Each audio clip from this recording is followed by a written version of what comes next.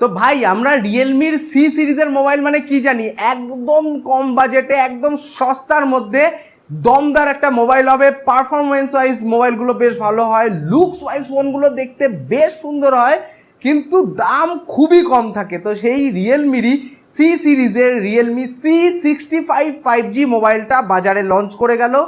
এই ফোনে আমরা বেশ পাওয়ারফুল একটা গেমিং চিপসেট পাচ্ছি। বাজেট বিবেচনায় যদি দেখা যায়, এতে ডিসপ্লেটাও আমরা বেশ ভালো পাচ্ছি, ক্যামেরাটাও ঠিকঠাক থাকছে। অল ওভার ফোনটার যে দাম, সেই দামের বিবেচনায় এতে আমরা ফিচার স্পেসিফিকেশান ভরপুর পাচ্ছি এবং মোবাইলটা 10-11 হাজার টাকার বাজেটে লঞ্চ করেছে, কিন্তু এত সস্তায় ফোনটা লঞ্চ করা সত্ত্বেও লুকস ওয়াইজ ফোনটা দেখতে এত কম দামের মোবাইল একদমই মনে হচ্ছে না। মোটামুটি মিড রেঞ্জের একটা বেশ ভালো মোবাইলই মনে হচ্ছে ফোনটা দেখে, এবং এতে ফিচার স্পেসিফিকেশানও আমরা বেশ ভালোই পাচ্ছি। তো এই ফোনে আমরা কি কি ফিচার স্পেসিফিকেশান পাচ্ছি, মোবাইলটার দাম কত, মোবাইলটা কেমন হবে তোমাদের জন্য, সেই সমস্ত ব্যাপারে বিস্তারিত জানতে হলে ভিডিওটা শেষ পর্যন্ত দেখো। অনেক কিছু জানতে পারবে তোমরা এই মোবাইলের ব্যাপারে। তো শুরু করা যাক আজকের ভিডিও। হ্যালো ফ্রেন্ডস, আমি আনন্দ, আর তোমরা দেখছো লিমিটলেস আনন্দ চ্যানেল। যারা এখনো পর্যন্ত চ্যানেলটাকে সাবস্ক্রাইব করোনি, কি করছো ভাই, ঝটপট সাবস্ক্রাইব করে দাও।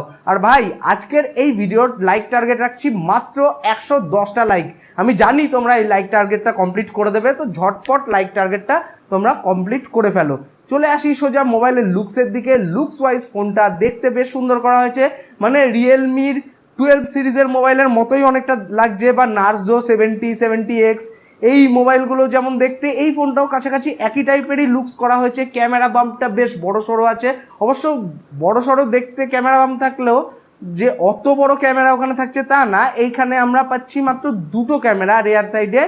এই মোবাইলে রেয়ার সাইডে আমরা পেয়ে যাচ্ছি 50 মেগাপিক্সেলের ডুয়াল ক্যামেরা। প্রাইমারি যে লেন্সটা থাকছে সেটা 50 মেগাপিক্সেলের, যার অ্যাপারচার হচ্ছে f1.8, এবং এতে আমরা S5KJN1 আইসোসেল সেন্সার পাচ্ছি। এটা বেশ ভালো কোয়ালিটির একটা সেন্সার, তাই এই ফোনের মাধ্যমে তোমরা কোনো ছবি বা ভিডিও যখন তুলবে, যথেষ্টই ভালো কোয়ালিটির ছবি ভিডিওর আউটপুট পাবে তোমরা এই মোবাইলের মাধ্যমে। এবং এরপরে আমরা একটা নর্মাল AI লেন্স পাচ্ছি, এবং এই ফোনের ফ্রন্টে আমরা পেয়ে যাচ্ছি 8 মেগাপিক্সেলের সেলফি ক্যামেরা, যার অ্যাপারচার হচ্ছে f2।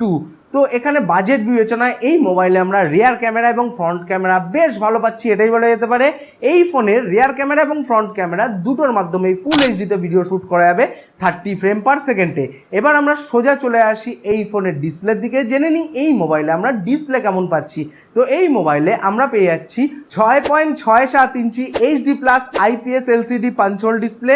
মোবাইলে আমরা যে ডিসপ্লেটা পাচ্ছি তার স্ক্রিন রিফ্রেশ রেট থাকছে 120 হার্জ, এবং এতে আমরা 240 হার্জ টাচ স্যাম্পলিং রেট পেয়ে যাচ্ছি, এবং এই ডিসপ্লের পিক ব্রাইটনেস আমরা পাচ্ছি 650 নিটস। তো এখানে বাজেট বিবেচনায় দেখতে গেলে এই ফোনে আমরা স্ক্রিন রিফ্রেশ রেটটা বেশ ভালো পাচ্ছি, মানে মোবাইলটা যে বাজেটের মধ্যে লঞ্চ করেছে সেই বাজেটের বেশিরভাগ মোবাইলে আমরা ম্যাক্সিমাম 90 হার্জের স্ক্রিন রিফ্রেশ রেটের ডিসপ্লে পাই, সেখানে এই মোবাইলে আমরা 120 হার্জ স্ক্রিন রিফ্রেশ রেটের ডিসপ্লে পাচ্ছি। মানে এখানে স্ক্রিন রিফ্রেশ রেটটা কিন্তু যথেষ্টই ভালো থাকছে। মোবাইলটাকে যখন তোমরা ইউজ করবে বা মোবাইলের মাধ্যমে গেম খেলবে, স্ক্রিনটা কিন্তু যথেষ্ট স্মুথ কাজ করবে, তাই তোমাদের ইউজার এক্সপিরিয়েন্সও বেশ ভালো হবে এই মোবাইলের সাথে। এবং টাচ রেসপন্সটাও আমরা বেশ ভালো পাচ্ছি। ব্রাইটনেসের কথায় যদি আসি, মানে ভিজিবিলিটির কথায় আসি, ইনডোরেতে ভিজিবিলিটিতে কোনো রকম কোনো ইস্যু আসবে না। আউটডোরে হেভি সানলাইটেও ডিসপ্লের ভিজিবিলিটি আমরা ঠিকঠাকই পাবো। জাস্ট ফুল HD+ ডিসপ্লে যদি আমরা পেতাম তাহলে একদম জমে যেত। অবশ্য স্ক্রিন রিফ্রেশ রেটটা কিন্তু আমরা বেশ ভালো পাচ্ছি এই মোবাইলে, এটাই বলা যেতে পারে। চলে আসি এবার সোজা এই ফোনের ওজনের দিকে। এই মোবাইলের ওজন হচ্ছে 190 গ্রাম, এবং এর থিকনেস হচ্ছে 7.89 মিলিমিটার। এই ফোনে আমরা IP54 স্প্ল্যাশ প্রুফ ডিজাইন পাচ্ছি। ফোনটা বেশ কম দামে লঞ্চ করেছে, তবু যে এতে আমরা IP54 স্প্ল্যাশ প্রুফ ডিজাইন পাচ্ছি, এটা আমার পার্সোনালি বেশ ভালো লাগলো। এবং এই ফোনে আমরা ওয়েট টাচের ফেসিলিটিও পেয়ে যাচ্ছি, মানে ফোনটা হালকা ভিজে টিজে থাকলে সেই অবস্থাতেও টাচটা কিন্তু ঠিকঠাকই কাজ করবে। চলে আসি এবার এই ফোনের অপারেটিং সিস্টেমের দিকে। এই মোবাইলে আমরা একদম লেটেস্ট অ্যান্ড্রয়েড ভার্সন Android 14 পাচ্ছি, রিয়েলমি UI 5.0 ইউজার ইন্টারফেসের সাথে। এবার আমরা সোজা চলে আসি এই ফোনের ব্যাটারির দিকে, জেনে নিই এই মোবাইলে আমরা ব্যাটারি কেমন পাচ্ছি। তো এই মোবাইলে আমরা পেয়ে যাচ্ছি 5000 mAh lithium polymer battery 15 watt fast charging সাপোর্টের সাথে। মোবাইলে আমরা যে চার্জিং কানেক্টর পাচ্ছি সেটা USB টাইপ সি, তার পাশাপাশি আমরা এই ফোনে 3.5mm হেডফোন পোর্টও পেয়ে যাচ্ছি এবং এই মোবাইলের বক্সের সাথে আমরা 18 ওয়াট চার্জার ফ্রি পাচ্ছি। তো এখানে বাজেট বিবেচনায় দেখতে গেলে মোটামুটি আমরা চার্জিং স্পিডটা ঠিকঠাকই পাচ্ছি, ব্যাটারি ব্যাকআপটাও বেশ ভালো পাবো এবং ফোনের সাথে যে চার্জার পাচ্ছি এটাও আমার পার্সোনালি বেশ ভালো লাগলো। চলে আসি সোজা এই ফোনের সিকিউরিটির দিকে। সিকিউরিটির দিক থেকে দেখতে গেলে এই মোবাইলে আমরা পেয়ে যাচ্ছি সাইড মাউন্টেড ফিঙ্গারপ্রিন্ট সেন্সার এবং ফেস আনলকের ফেসিলিটি। মোবাইলটা আপাতত দুটো কালার ভেরিয়েশনে লঞ্চ করেছে, ফেদার গ্রিন এবং গ্লোয়িং ব্ল্যাক। কোন কালার ভেরিয়েশনটা তোমাদের সব থেকে বেশি ভালো লাগছে অতি অবশ্যই আমাকে কমেন্ট করে জানাতে ভুলো না। আমার এখানে পার্সোনালি ফেদার গ্রিন কালারটা বেশি ভালো লাগছে। এবার আমরা সোজা চলে আসি এই ফোনের কানেক্টিভিটির দিকে। কানেক্টিভিটির দিক থেকে দেখতে গেলে এই মোবাইলে আমরা পেয়ে যাচ্ছি 5G wifi 5 dual band, Bluetooth 5.3 আর ডুয়েল 4G ভোল্টি। এবার আমরা জেনে নিই এই ফোনে আমরা পারফরমেন্স কেমন পাবো, মানে এতে আমরা প্রসেসর কি পাচ্ছি। তো এই মোবাইলে আমরা পেয়ে যাচ্ছি মিডিয়াটেক ডায়মেনসিটি 6300 প্রসেসর। এটা একটা 6nm অক্টাকোর প্রসেসর যার ম্যাক্সিমাম ক্লক স্পিড হচ্ছে 2.4 GHz এবং এতে আমরা মার্লি G57 MC2 জিপিইউ পাচ্ছি। তো এই ফোনের পারফরমেন্সের কথা বলতে গেলে বাজেট বিবেচনায় এই মোবাইলে আমরা পারফরমেন্সটা বেশ ভালো পাচ্ছি, এটাই বলা যেতে পারে বেশ ভালো। তোমরা গেম খেলতে পারবে, মাল্টিটাস্কিং করতে পারবে, অল ওভার এই মোবাইলের পারফরমেন্স বাজেট বিবেচনায় তোমরা যথেষ্টই ভালো পাবে। একদম হাই এন্ডের কোনো কাজ যদি করতে যাও বা হাই গ্রাফিক্সের কোনো কাজ করতে যাও তখন তোমাদের একটু আধটু সমস্যা হতে পারে, কিন্তু ফোনটার যে দাম, যেই বাজেটে লঞ্চ করেছে সেই বাজেটের হিসাবে কিন্তু ফোনটা বাজেট কিং বলা যেতে পারে, কারণ বেশ অল্প দামে এতে আমরা পারফরমেন্স ভালো পাচ্ছি, ভালো ক্যামেরা থাকছে, বেশ ভালো স্ক্রিন রিফ্রেশ রেট থাকছে এবং লুকস ওয়াইজ ফোনটা বেশ সুন্দর দেখতে। এই মোবাইলটা আপাতত 3টে স্টোরেজ এবং র্যামের ভেরিয়েন্টের সাথে লঞ্চ করেছে। এতে আমরা পাচ্ছি 4GB RAM 64GB internal storage, 4GB RAM 128GB internal storage এবং 6GB RAM 128GB internal storage. এই মোবাইলে যে র্যামের টেকনোলজিটা ইউজ করা হয়েছে সেটা LPDDR4X এবং এতে আমরা UFS 2.2 স্টোরেজ টাইপ পেয়ে যাচ্ছি।